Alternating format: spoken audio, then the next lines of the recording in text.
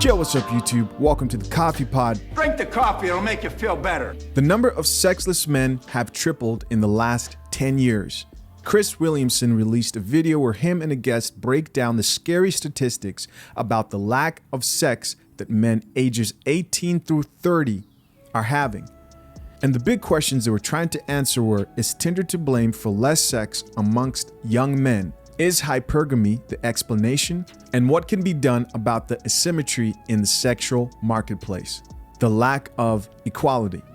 For example, they showed this graph titled, "The share of men and women between ages 18 to 30 reporting no sex in the past year." And I want you guys to take a good look at this graph. This is insane.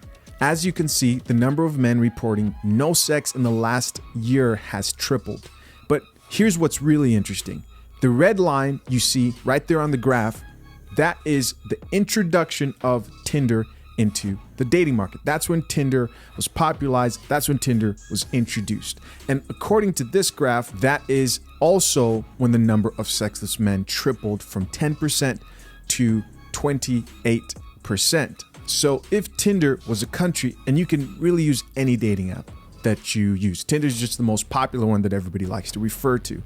But if Tinder was a country, the wealth would not be distributed equally. And I want you guys to also check out the second graph that shows how much more attention men that women perceive as attractive. So that's that top 20% of men, how much more attention they get than the bottom 80% of men who struggle on dating apps.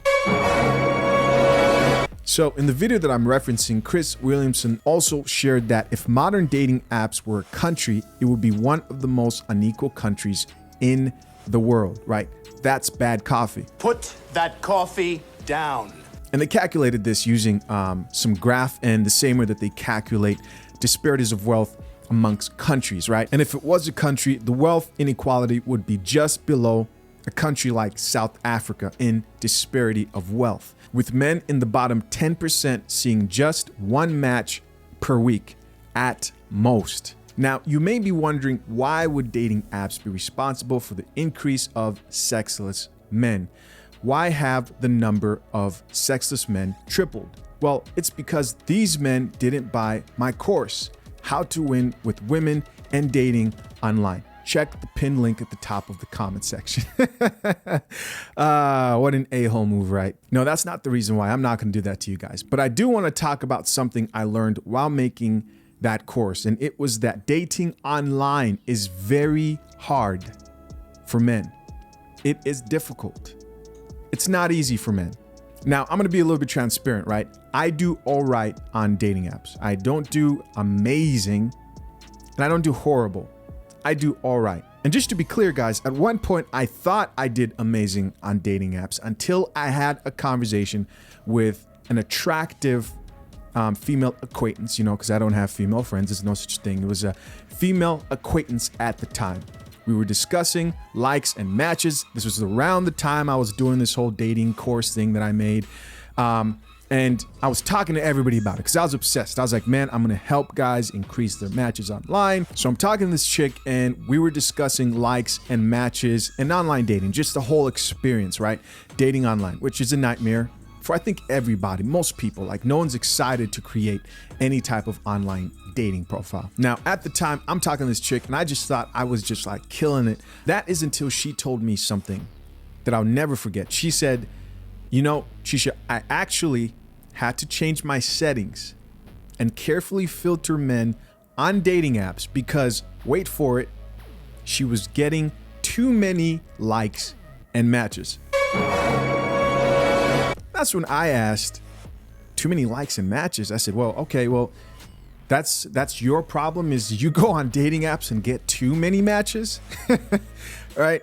And the reason it stood out to me, because I'm over here creating a course. This is not an advertisement for my course, guys. I'm just telling you the story like it happened, right? Here I am creating this course, and she's telling me that actually I have a problem with too many matches and likes. I look at her, I said, how many likes do you get? And that's when she said, last time I checked, I have like 29,000, almost 30,000 likes. And I was like, what? do you mean like 2,900? Like, did you read that wrong? And she says, no, this is like almost 30,000 likes. Guys, you won't believe this story. I look at her in shock. I'm looking at her, I'm like, wow, really? You got 30,000 likes? Because we're using the same dating app. And she says, yeah, I did. Get this, the delusion of women. The delusion of women. Listen to this. She gets offended. She's offended that I'm looking at her crazy for her saying 30,000. And I asked her, I said, hey, am I like offending you that I'm surprised? She says, yeah, like, do you think I don't deserve 30K likes? I'm like, oh my gosh. I said, no, I'm just surprised that your problem is that you're getting too many matches and likes, and 30K is kind of crazy. Guys, I swear to you, she says, well, I actually think it should be higher. I'm like, yo, I was speechless, so speechless that I started laughing, right? I thought the shit was funny. Hold up. God damn it.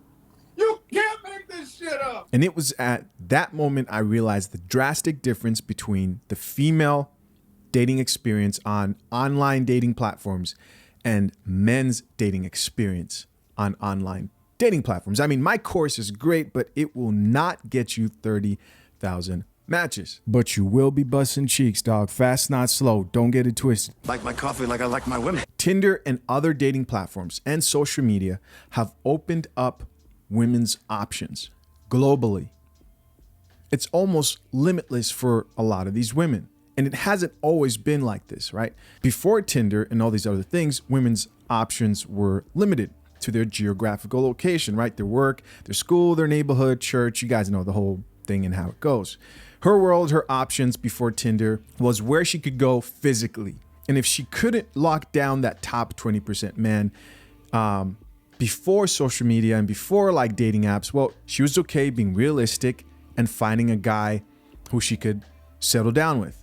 But now it's like, okay, I can't find somebody here, but I could go on Instagram. I could change my radius. You know, you can change like the amount of miles you're willing to travel to meet somebody to 100 miles past. Dating apps have changed the dating market. Women today have access to a global market of top percent men. And I can only imagine that before the introduction of dating apps, people probably thought that like, hey, we're going to create these platforms and more people are going to be interacting. More people talking means more people are going to be having sex. But they were wrong, right? According to the data, that's not what we're seeing. We're seeing less men having sex, right? The amount of sexless men tripling. And on that graph, it also showed that a smaller percentage of women are also not having as much sex, but nothing compared to what men are going through. And the question is, what's the solution? Are we too far gone that this is just the norm? And how much can a large percentage of men be deprived from sexual access before it becomes dangerous?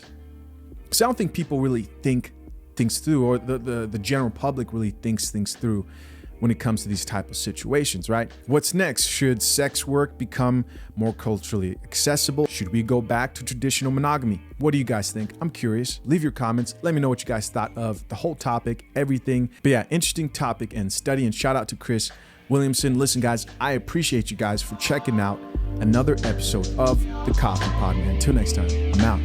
Peace.